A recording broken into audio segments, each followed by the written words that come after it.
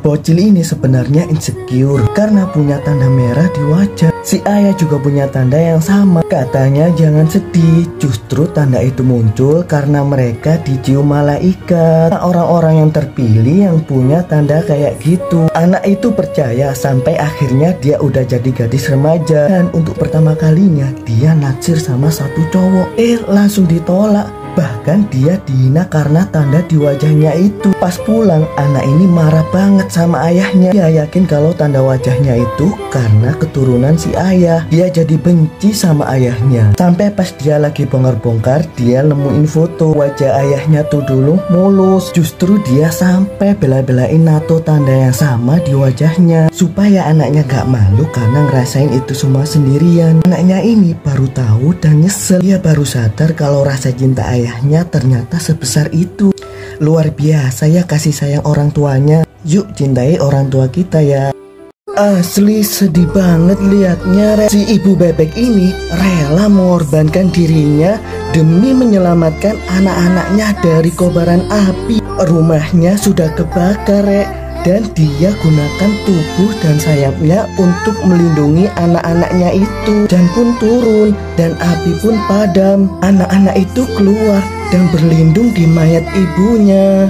Aduh, sedih banget, Bocil ini heran ngeliat semut makan es batu kok malah mati. Dan pas dia lihat kalau es batu itu mau dianterin ke permaisuri, bocil ini tahu kalau permaisuri akan diracun. Es batunya udah dicemplungin ke minuman permaisuri. Jangan diminum. Ya, tapi kan dia cuma anak budak rendahan. Dia langsung diusir, disuruh pergi. Bocil ini berani banget lempari batu ke mangkok minuman itu supaya tumpah dan gak bisa diminum. Dan orang-orang jahat di istana malah menangkapnya. Bocil ini dimasukin ke penjara. Permaisuri ini tahu kalau bocil ini mau nyelamatin dia, tapi dia juga tidak bisa berbuat apa-apa karena di istana banyak penjahat yang punya kekuasaan.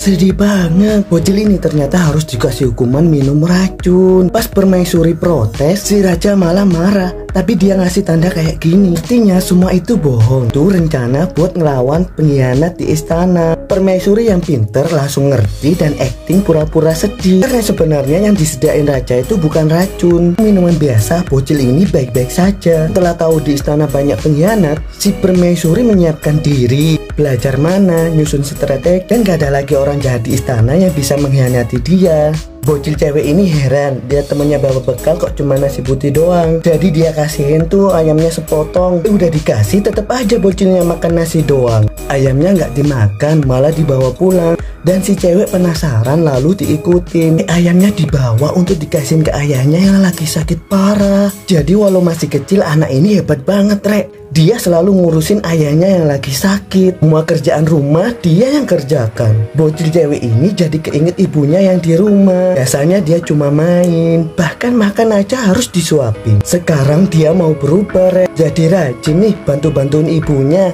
Ayahnya capek kerja, dia pijitin. Ini dia 3 orang dengan tempat tinggal terunik di dunia. Yang pertama, dia tinggal di bangkai pesawat, Seorang pria Amerika yang bernama Bruce Campbell yang memutuskan untuk tinggal di bangkai pesawat Boeing 727 yang jatuh di tengah hutan Oregon. Sebenarnya dia mampu untuk membeli rumah yang layak. Akan tetapi dia lebih memilih untuk tinggal di bangkai pesawat karena lebih menghemat biaya.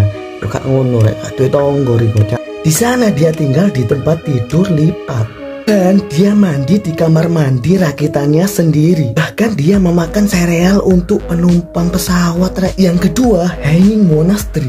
Gilanya tempat ini dibuat dengan sangat ekstrim, menggantung dan menempel di tebing yang sangat tinggi, Belum lagi tangga yang menghubungkan antara rumah satu dan rumah yang lain yang terbuat dari kayu yang sangat menyeramkan, Loh, tolong enggak ini kira. Ketiga, truk depan kantor Google pada tahun 2015. Karyawan magang Google yang bernama Brandon memutuskan untuk tinggal di dalam truk yang luasnya 12 meter persegi. Hal itu ia lakukan karena harga sewa atau harga jual rumah di sekitar situ sangat mahal, Belum lagi jam kerja di Google yang sangat padat. Sejak saat itu dia memutuskan untuk tinggal di dalam truk yang terparkir di depan kantor Google.